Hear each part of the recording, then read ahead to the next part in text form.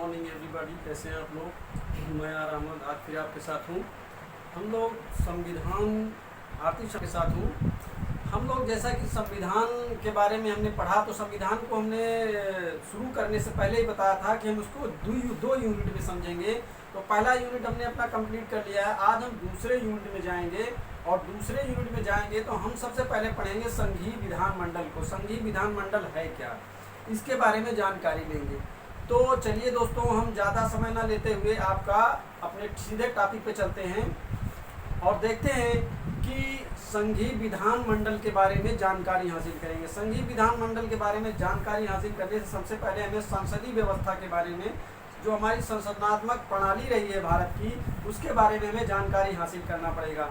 और संसदात्मक प्रणाली, भारत में संसदात्मक प्रणाली ही क्यों अपनाई गई। तो दोस्तों जैसे शुरू से ही हम देखेंगे तो भारत जब हमारा आज़ाद हुआ तो उस समय भारत में आज़ादी के समय पे शिक्षा की व्यवस्था जो है बड़ी ही लचर थी, और हमारे पास आर्थिक स्थिति से भी भारत जो है बहुत बुरी तरीके से कमज़ोर था। और उसमें एक जो है जवाबदेहिता शासन की जो है आवश्यकता थी। ऐसी शासन प्रणाली की आवश्यकता थी कि जिसमें जवाबदेहिता हो। तो सबसे पहले हम थोड़ा सा आपको समझा देंगे, लोकल लैंग्वेज में समझा रहे हैं कि भारत में अगर आप कोई एक वस्तु खरीदने जाते हैं, कोई भी एक वस्तु खरीदने जाते हैं, रेफ्रिज, वॉशिंग मशीन या कूलर, फ्रिज, एसी कुछ भी खरीदने जाते हैं, तो वहाँ आप देखेंगे सबसे पहले आप क्या चीज़ होता है, कोई भी कंपनी होती है। भारत में अगर कोई कंपनी अगर सर्वाइव करना है किसी कंपनी को, तो इंडिया में सबसे बड़ी कंपनी के लिए सबसे बड़ा महत्वपूर्ण तथ्य क्या होता है कि कंपनी आपको कहेगी कि मैं आपको क्या देता हूँ, गारंटी देता हूँ। मैं आपको क्या देता हूँ, गारंटी देता हूँ। तो इसी आधार पर हमारी जो संसदात्मक प्रणाली जो है, इसी आधार पर जो है वो क्या है बनाई गई है संसदात्मक प्रणाली। देखिए, चलिए हम देखते हैं कि सबसे पहला जो इसमें टर्म आएगा, हम इसमें जान लें कि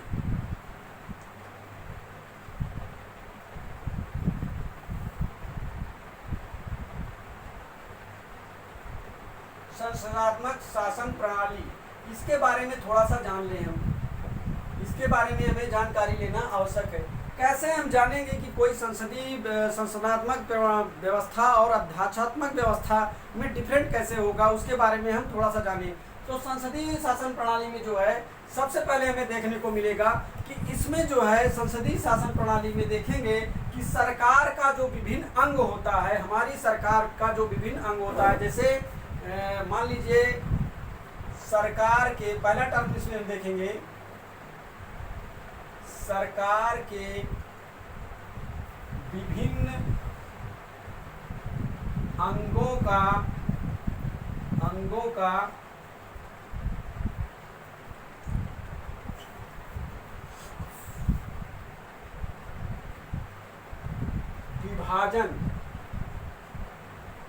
विभाजन।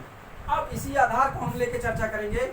संसदीय शासन प्रणाली में जो सरकार के विभिन्न अंग हैं, उसी पर हमें क्या करना है, उसी पर देखना है कि किस तरीके से हमें पता चलेगा कि हमारी जो शासन प्रणाली है, जो भारत की शासन प्रणाली है, जो संसदीय शासन प्रणाली है, वो किस आधार पर, उसका आधार क्या होता है, उसका बेस क्या होता है। जैसे हमने अभी लोकल लैंग्वेज में आपसे बताया था कि उसके लिए गारंटी जरूरी होती है। तो ऐसी शासन प्रणाली की व्यवस्था, ऐसा शासन प्रणाली जिसमें जो है गारंटी देता है, जो शासन प्रणाली आपको गारंटी देता है कार्य कुशलता, उसमें जो कुशलता होती है, जो उसकी कुशलता होती है, स्किलनेस से ज़्यादा उसमें गारंटी की जो है सुविधा या व्यवस्था रखी जाती है, उसी को शासन प्रणाली, संसदीय शासन प्रणाली कहा जाता है।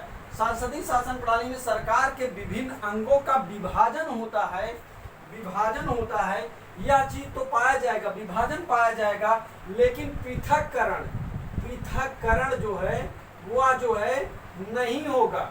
विभाजन होगा, सरकार की जो विभिन्न अंग है जो सरकार के, उनका जो है पृथक्करण नहीं होगा, उनका जो है विभाजन होगा। यह चीज जो है, यह टर्म याद रखना है संसदीय शासन प्रणाली व्यवस्था में।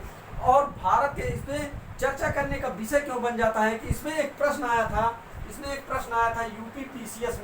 यूपीपीसीएस में एक प्रश्न आया था। उसने पूछा था कि संसदीय शासन प्रणाली की व्यवस्था, संसदीय शासन प्रणाली की व्यवस्था करने वाला प्रथम देश, शासन व्यवस्था, संसदीय शासन व्यवस्था को अपनाने वाला प्रथम देश कौन सा था? तो उसका आंसर था great Britain. Great Britain. Britain में संसदीय शासन प्रणाली की व्यवस्था करने वाला सबसे पहला देश क्या था? ग्रेट ब्रिटेन था। तो दोस्तों इसीलिए हम इस पर चर्चा कर रहे हैं। तो संसदीय शासन प्रणाली में सबसे पहला महत्वपूर्ण टर्न ये होता है कि उसमें जो सरकार के विभिन्न अंग होते हैं उनमें आपस में जो होता है उनमें आपस में जवाबदेहिता होती है और समन्वय देखने को मिलता है। अब देखेंगे कि संसदीय शासन प्रणाली के विभिन्न अंग क्या हैं। संसदीय शासन प्रणाली के संसदीय शासन प्रणाली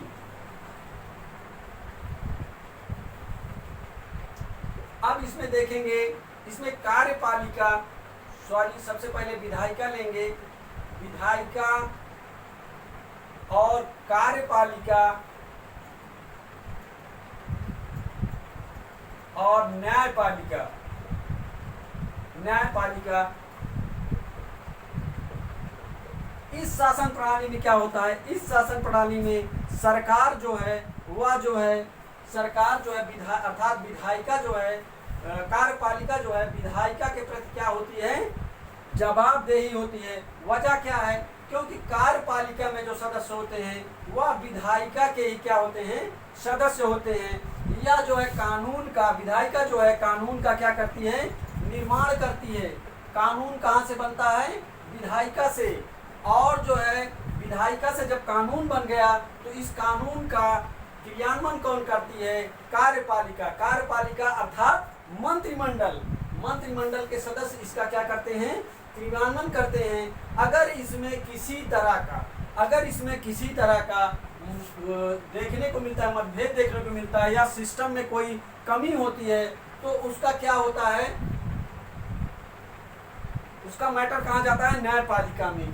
तो यह तीनों जो है क्या है? संसदीय शासन प्रणाली के क्या हैं? अंग हैं। और यह जो है संसदीय कार्य प्रणाली की व्यवस्था में आप देखेंगे कि कार्यपालिका जो है विधायिका के प्रति क्या होती है? जवाबदेहिता होती है। क्योंकि विधायिका के सदस्य ही से ही कार्यपालिका के सदस्य का क्या होता है?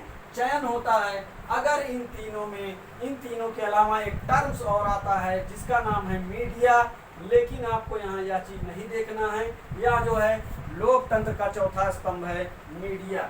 चलिए, अगर ये सब नहीं कार्य करते हैं तो इनमें हलचल मचाता है कौन? मीडिया। लेकिन हमारा जो टॉपिक है यही है। अब इसमें देखेंगे कि संसदीय शासन प्रणाली जो है इसको जो है नाम दिया गया वेस्टमिनिस्टर शासन प्रणाली। वेस्टमिनिस्टर ये सब पूछा जाता है, इसलिए हम इसको इन शब्दों की चर्चा कर रहे हैं। वेस्टमिनिस्टर शासन प्रणाली और cabinet minister model. Cabinet minister model. Cabinet minister model. तो यह जो है कारण ये इसको किस लिए कहा गया? ये वेस्ट मिनिस्टर मॉडल और कैबिनेट मिनिस्टर मॉडल क्यों कहा गया? क्योंकि यह जो है ब्रिटिश शासन से प्रभावित था और ब्रिटिश शासन से प्रभावित होने के कारण ही इसे वेस्ट मिनिस्टर शासन और कैबिनेट मिनिस्टर शासन मॉडल कहा गया। अब हम देखेंगे किस तरीके से हम जानेंगे कि संसदात्मक शासन प्रणाली और अध्यक्षात्मक शासन प्रणाली में अंतर कैसे होता है, यह भी हम स्पष्ट करेंगे। जैसे कि अगर आपसे पूछा जाए कि संसदीय शासन प्रणाली, मान लीजिए क्वेश्चन बन के आता है संसदीय शासन प्रणाली में जो है किस वाद संसदीय शासन प्रणाली के विषय में कौन सा वाद रखा गया था, तो उस वाद के बारे में जान ले। भारतीय सर्वोच्च न्यायालय ने नरसिंह राव वाद में भारतीय सर्वोच्च न्यायालय ने एक टर्म्स यह भी पूछा जा सकता है कि कौन सा वाद जो है संसदीय शासन प्रणाली में कौन सा वाद जो है देखने को मिलता है, तो नरसिंह राव वाद भारतीय संसदीय प्रणाली में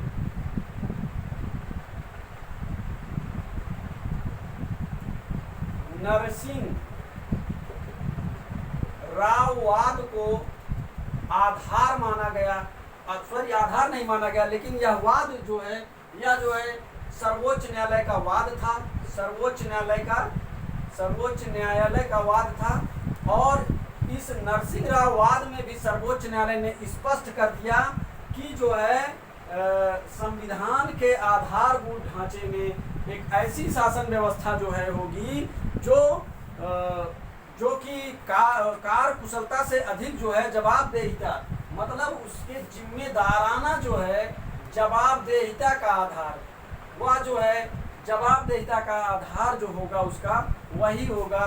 और संविधान निर्माण के समय जो प्रारूप समिति का निर्माण हो रहा था, प्रारूप समिति में भी भारतीय संविधान में भीमराव अम्बेडकर द्वारा कहा गया था कि जब अध्यात्मक शासन प्रणाली की बात आई तो उसमें यही स्पष्ट कर दिया गया कि भारतीय संविधान में संविधान निर्माण के समय संसदीय शासन व्यवस्था जो है वह एक जिम्मेदारी के साथ, जवाबदेहिता के साथ ही उसका क्या होगा, क्रियान्वयन होगा। तो इस तरीके से देखने को मिलता है कि संसदीय शासन प्रणाली जो है वह जो है बहुत ही महत्वपूर्ण थी उस समय के सिचुएशन में, जिस समय हमारे देश को आज़ादी मिली थी, क्योंकि यह एक जिम्मेदारी शासन प्रणाली थी। और इसमें जो है हमारी जो कार्यपालिका और न्यायपालिका जो विधायिका थी वह जो है इनका जो है पृथक्करण होने के साथ साथ इनका जो है विभाजन होने के साथ साथ इनमें जो है जवाबदेहिता थी। और हमारी शासन प्रणाली जो है विभाजन वाली शासन प्रणाली है, लेकिन इसमें पृथक्करण का कहीं कोई देखने को नहीं मिलता है। तो चलिए हम इतना समझ लिए, अब हम समझेंगे हमारा जो अगला टर्म होगा वो संसदीय शासन प्रणाली और अध्यात्मक शासन प्रणाली में किस तरीके से हम डिफरेंट को जानेंगे कि उसमें डिफरेंट क्या होता है। अब हम इसे देखेंगे। तो हम लोग देखे, अभी तक हम लोगों ने देखा, अब हम इसमें थोड़ा सा अंतर समझेंगे कि अंतर कैसे है, कैसे अगर हमें संसदीय शासन प्रणाली और एक अध्यात्मक शासन प्रणाली के बारे में अगर कहा जाए तो हम कैसे जानेंगे। हम जानने का सबसे आसान तरीका है, जो टर्म्स हमने आपको दिए हैं, इस टर्म्स को अगर देखेंगे तो स्पष्ट हो जाएगा कि संसदीय शासन प्रणाली और अध्यात्मक शासन प्रणाली में क्या अंतर है।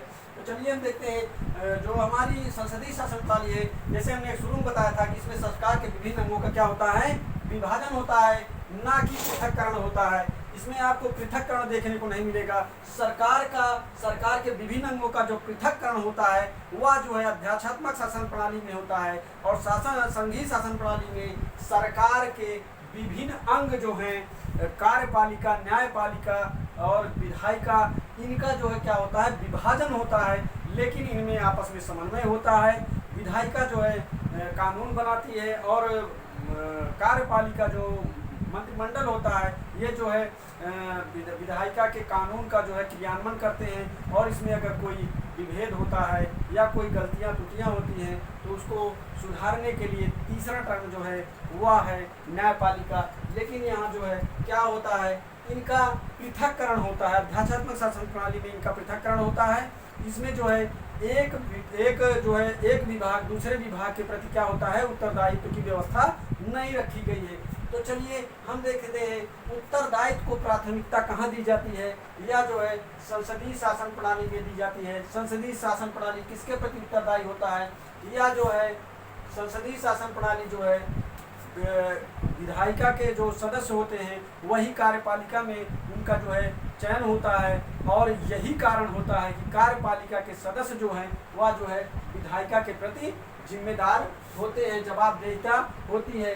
अब हम अगला टर्म देखेंगे कि प्रधानमंत्री सहित जो मंत्रिमंडल जो बना रहता है वह जो है कब तक बना रहता है, जब तक विधायिका अर्थात सांसद का विश्वास मत जो है उसे प्राप्त रहता है, तब तक ही क्या होता है, मंत्रिमंडल बना रहता है।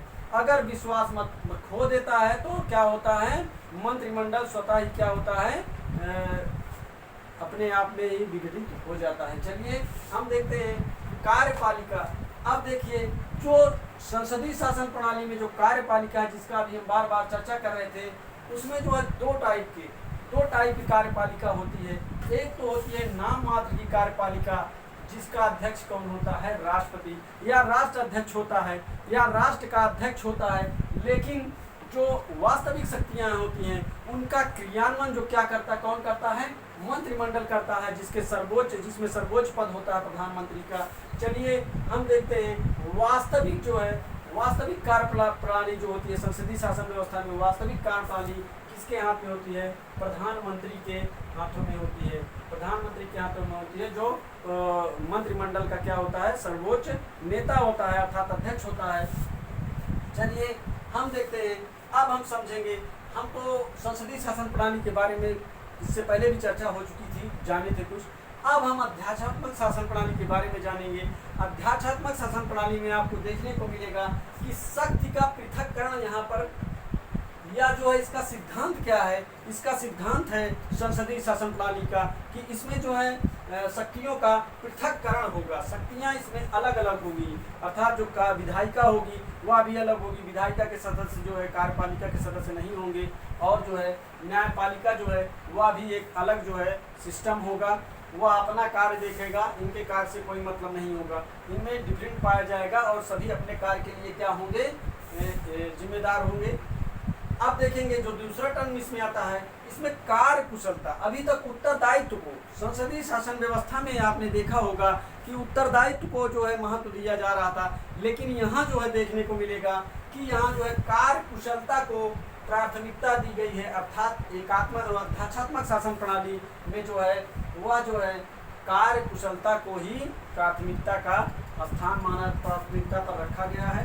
अब चलिए देखें हम कार्यपालिका एवं न्यायपालिका, इसमें जो है जैसे हमने शुरू में चर्चा किया था कि अध्यात्मात्मक शासन प्रणाली में कार्यपालिका और न्यायपालिका अलग अलग होती है, पृथक्करण का सिद्धांत सब साफ साफ कह दिया गया, यह जो है अलग अलग होती है।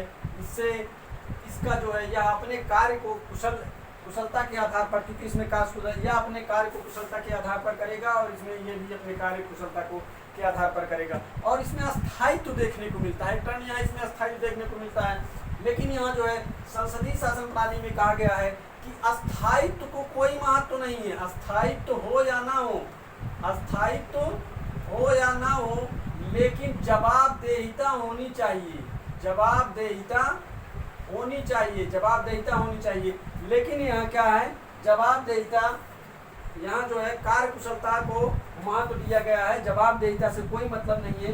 अब जो है कार्यपालिका विधायिका के प्रति उत्तरदायी नहीं है। अब इसमें जो है अध्यात्मात्मक शासन प्रणाली में कार्य कुशलता जो है, कार्यपालिका जो है वह विधायिका के प्रति उत्तरदायी नहीं है। क्यों? क्योंकि जो कार्यपालिका के इसमें सदस्य हैं वह विधायिका के सदस्य नहीं होते हैं। विधायिका से कार्यपालिका का इसमें क्या होता है, चयन नहीं, विधायिका से जो कार्यपालिका के सदस्य होते हैं उनका जो चयन करके विधायिका से नहीं होता है। तो इसमें जो है जिम्मेदारी भी नहीं होती है, जैसे कि आपने संसदीय शासन व्यवस्था में देखा था। अब जो हमारा अगला टर्म है वह है वास्तविक कार्यपालिका, नाम मात्र की कार्यपालिका में भेद। इसमें जो है वास्तविक कार्यपालिका जो होती है वह अलग होती है, और नाम मात्र की कार्यपालिका में जो है जो इसमें वास्तविक कार्यपालिका है और नाम मात्र की कार्यपालिका है, इसमें विभेद नहीं किया जा सकता, इसमें भेद नहीं किया जाता। क्यों?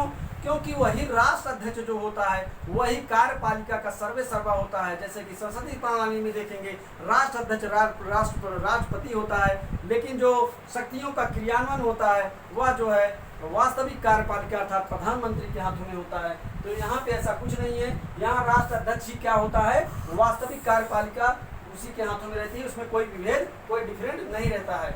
अब राष्ट्रपति जो है, राष्ट्रपति राष्ट्र अध्यक्ष के साथ साथ शासन का अध्यक्ष भी होता है। जैसे हमने अभी चर्चा की, राष्ट्रपति ही जो है क्या होता है, शासन का अध्यक्ष होता है, और वही जो है इसका क्रियान्वयन कानून बनाता है, कानून जो है क्रियान्वयन करता है, कानून चलाता है, उसमें जो है उसी का क्या है, वही जो है राष्ट्र प्रमुख होता है, वही कार्य करता है। चलिए अब इसमें देखेंगे कि इसमें जो राष्ट्र अध्यक्ष जो होता है अर्थात राष्ट्रपति, उसका जो निर्वाचन होता है वो 4 वर्षों के लिए होता है, और यह जनता द्वारा ही इसका क्या होता है, निर्वाचन होता है। यह भी टर्म पूछ सकता है कि अध्यात्मात्मक शासन प्रणाली में जो राष्ट्रपति अर्थात शासन प्रमुख का जो है निर्वाचन किसके माध्यम से होता है, तो जनता के द्वारा ही होता है। चलिए अब हम देखेंगे कार्यपालिका के सदस्य राष्ट्रपति के प्रति उत्तरदायी होते हैं, कार्यपालिका के जो सदस्य हैं वो विधायिका के प्रति, अभी तक विधायिका था, संसदीय शासन प्रणाली में विधायिका था, लेकिन यहाँ विधायिका का टर्न नहीं आया है, क्योंकि संसदीय अध्यात्मक शासन प्रणाली में जो कार्यपालिका होती है वह राष्ट्रपति के प्रति उत्तरदायी होती है, ना कि विधायिका के प्रति। यह सबसे बड़ा टर्म है और सबसे स्पष्टता जो है यह बताता है कि इसमें विभेद क्या है संसदीय शासन प्रणाली और अध्यात्मक शासन प्रणाली में। अब दोस्तों हमने जान लिया कि संसदीय शासन प्रणाली क्या है और अध्यात्मक शासन प्रणाली क्या है। अब हमारा जो अगला टर्म होगा, हम अपने जो अगले टर्म में जो अगला टर्म बताएंगे वह सांसद पर चर्चा करेंगे, भारतीय सांसद पर। भारतीय सांसद का निर्माण कैसे होता है, भारतीय सांसद के प्रमुख अंग कौन कौन से हैं, उसी के बारे में हम अगले अपने क्लास में चर्चा करेंगे। तब तक के लिए हम लोग क्या करते हैं, आप लोग तब तक के लिए हम आप लोगों से विदा लेते हैं और आप लोग लगे रहिए। चलिए इसी के साथ थैंक यू, धन्यवाद दोस्तों। सबसे बढ़िया आपके लोगों के अंदर क्या कमी है, आप लोग वीडियो देखते हैं लेकिन उसे तो लाइक और सब्सक्राइब करना भूल जाते हैं, वीडियो देखकर वैसे ही छोड़ देते हैं। तो अगर वीडियो में अगर कोई गड़बड़ी हो या कुछ आपको लगता है कि ऐसा जो है होना चाहिए या नहीं होना चाहिए, तो आप दोस्तों सबसे पहले क्या है कि आप कमेंट जरूर किया करिए। लाइक सब्सक्राइब की बात छोड़िए, सबसे पहले तो आप कमेंट करना शुरू करिए। अगर लेकिन वीडियो पसंद आ जाए तो लाइक और सब्सक्राइब जरूर करिएगा। थैंक यू, धन्यवाद।